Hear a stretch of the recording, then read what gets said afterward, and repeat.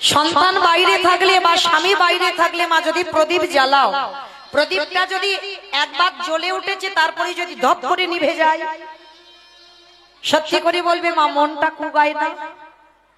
যে হঠাৎ প্রদীপটা জ্বলছিল নিভে গেল কেন? মোমবাতিটা ঠাকুর ঘরে জ্বালিয়ে দেবে, দেখবে হঠাৎ যদি নিভে যায় সঙ্গে সঙ্গে মনের ভিতরে একটা কুগায় যে নিশ্চয়ই আমার সন্তান বলো স্বামী বলো কারোর অমঙ্গল হবে না তো।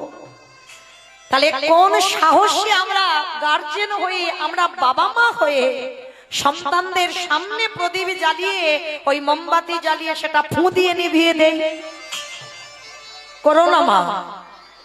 ছেলের জন্মদিন পালন করতে হয়, চেষ্টা করবে সারা দিন অন্তত মোমবাতি হোক আর প্রদীপ যেন 24 ঘন্টা সেদিনটা জ্বলে থাকে। কেন?